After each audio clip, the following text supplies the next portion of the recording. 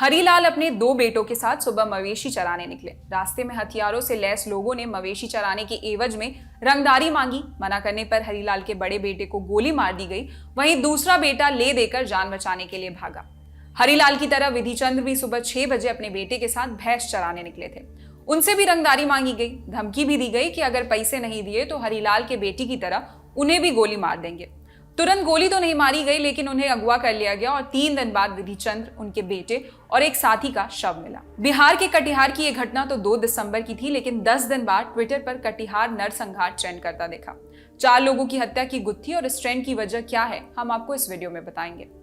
जिन 4 लोगों की हत्या हुई वो लोग सुबह अपने मवेशी चराने घर से निकले थे, लेकिन पुलिस की माने तो ये गैंग वॉर जैसी वारदात है। इस केस में अब तक 2 एफआईआर दर्ज हुई हैं, पहली 2 दिसंबर की और दूसरी 7 दिसंबर की। पहली एफआईआर हरीलाल यादव ने की थी। शिकायत में कहा गया, हरीलाल अपने 2 बेटों के साथ 2 दिसंबर की सुबह मवेशी चराने गए थे। उसी दौरान वहां मोहना ठाकुर, अवधेश यादव, सुमन कुमार, संजय ठाकुर और अमन तिवारी आते हैं।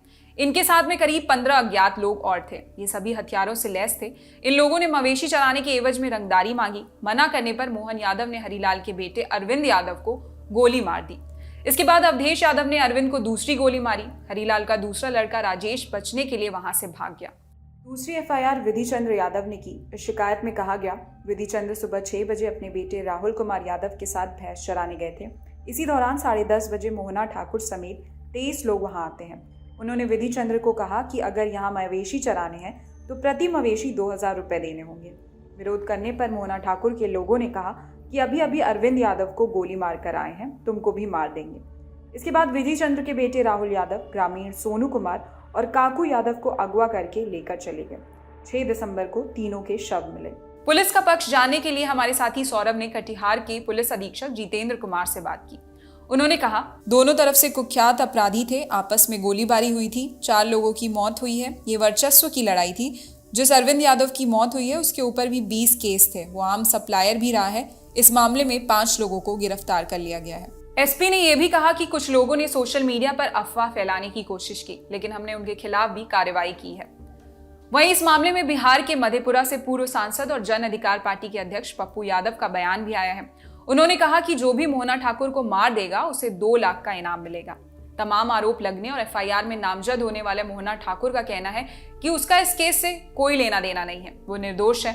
मोहना ने कहा, मैं गरीब आदमी हूँ, मैं गरीबों की आवाज उठाता हूँ, इसलिए मुझे लोग अपराधी कहते हैं। इस घटना में मैं शामिल नहीं हूँ।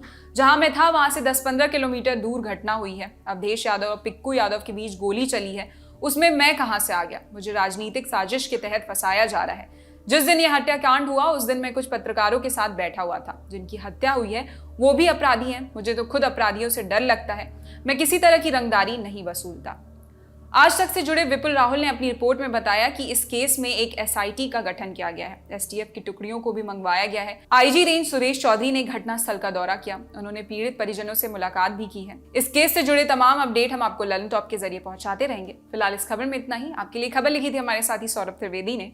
मैं निहारिका यादव। देखते रहिए दी ललन टॉप। शुक्रिया।